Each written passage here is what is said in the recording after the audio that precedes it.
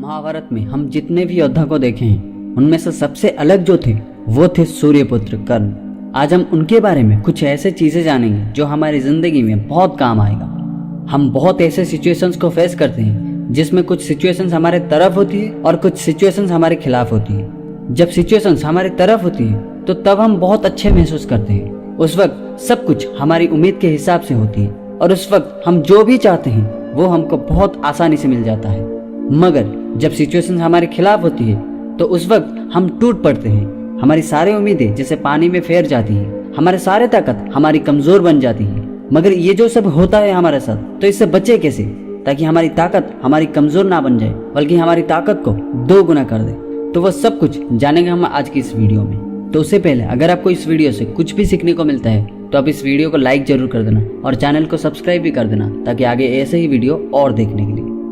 तो दोस्तों, एक कहावत है ना कि एक माँ उनके बच्चे के लिए कुछ भी कर सकती है। अपने बच्चे की खुशी के लिए वो कोई भी काम कर सकती है। ये दुनिया क्या कहेगा उन सबको वो पीछे छोड़कर घर से निकल पड़ती है अपनी बच्चे की मुंह में खुशी देखने के लिए। लोग क्या कहेंगे उसको फर्क नहीं पड़ता, उसको बस अपनी बच्चे की खुशी चाहिए। बस उसके लिए वो कुछ भी कर सकती है। वो अकेला पहाड़ में चढ़ सकती है, वो मर्दों के साथ साथ कदम रख के चल सकती है, पूरे संसार के खिलाफ वो लड़ भी सकती है। छोटे से भी छोटे, बड़े से भी बड़े, किसी भी काम वो कर सकती है।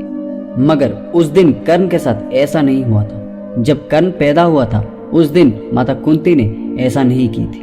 उस दिन माता कुंती ने इस पूरे संसार को ध्यान में रख के एक बच्चे को अपनी माँ से दूर कर दी थी, क्योंकि उनको संसार की परवाह थी। उनको संसार के लोगों की बातों की परवाह थी। वो अपने बेटे के लिए पूरे संसार के साथ लड़ नहीं सकती थी। जबकि कहावत है कि माता अपनी बच्चे के लिए पूरे संसार के साथ लड़ सकती है, लेकिन माता कुंती ने ऐसा नहीं की थी। बाद में वो पूरे संसार को कह भी सकती थी सच क्या है, मगर उसके बारे में वो सोचे नहीं। इसीलिए वो कर्ण को एक टोकरी में रख के पानी में फेर दी थी। उसी दिन से जब कर्ण बच्चे थे, जिस दिन वो खुद कौन है उनको पता नहीं था, उसी दिन से शुरू हो गया था उनका संघर्ष। और बाद में जब कर्ण बड़े हुए, जब उनको पता चला कि जो मुझे आज तक पालते आ रहे हैं असल में वो मेरी माता नहीं है बल्कि मेरी माता कोई और है, तो सोचो क्या हुआ होगा उनके दिमाग की हालत। और फिर बाद में जब वो माता कुंती से मिले और उनको पता चला कि वो उनके माता है, तो सोचो क्या हुआ होगा उनका दिल की हालत। मगर ये सब कुछ होने के बावजूद भी वो कभी खुद को कमजोर फील नहीं कराए। वो कभी ऐसा नहीं सोचे कि मेरे साथ ये गलत हुआ है, जबकि तब तक उनका कोई भी दोष नहीं था। मगर फिर भी वो सब पीड़ा को सहा। अपने साथ हुई गलतियों का दोष वो किसी को भी नहीं दिया। वो कभी भी अपनी लाइफ में किसी भी प्रकार का गलत डिसीजन नहीं लिया। कर्ण को अपनी जिंदगी भर हमेशा अपमान का शिकार होना पड़ा। वो जहाँ भी गए वहाँ उनको अपमान किया गया। एक दिन जब वो गए थे धनुर्विद्या सीखने के लिए गुरु द्रोणाचार्य के पास, तो उनको वहाँ गुरु द्रोण ने सूत पुत्र कहकर अपमान किया था और धनुर्विद्या शिक्षा देने में मना कर दिया था। सिर्फ गुरु द्रोणाचार्य ही नहीं बल्कि द्रौपदी ने भी उनका अपमान किया था। जब वो गए थे उनके स्वयंवर में, वहाँ पे द्रौपदी ने उनको सूत पुत्र कहकर वहाँ बहुत लोगों के सामने अपमान किया था। वहाँ पे भी कर्ण ने किसी को कुछ नहीं कहा था। वहाँ वो चुपचाप निकल कर आए थे, क्योंकि उनको पता था कि इसमें मेरा कोई गलती नहीं है। उनका क्या गलती है सूत पुत्र होने का, बल्कि गलती तो उनके हैं जिसने सूर्य पुत्र को सूत पुत्र बनाया था। मगर फिर भी वो सब कुछ सहा। अपने अंदर धैर्य को वो हमेशा बचा कर रखा और अपने कर्तव्य के ऊपर ध्यान दिया। तो ये है उनका महानता, जो किसी भी हालत हो धैर्य वो हमेशा अपने अंदर रखा। इसीलिए जो अपने अंदर धैर्य को रख कर चलेगा वो हर जगह महानता कहलाएगा। और दान की बात क्या करूं कि कर्ण जैसा दानी पूरे युग में कोई नहीं था।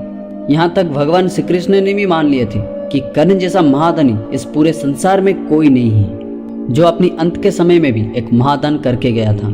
इसीलिए तो पूरे महाभारत में सबसे लोकप्रिय और सबसे चर्चित योद्धा थे सूर्यपुत्र कर्ण। यहाँ तक बहुत लोग ये भी मानते हैं कि कर्ण के साथ बहुत अन्याय हुआ था पूरे महाभारत में, मगर वो कभी इसके खिलाफ आवाज नहीं उठाए। वो हमेशा अपनी कर्तव्य को प्राधान्य दिए। वो कभी भी अपनी कर्तव्य से पीछे नहीं हटे।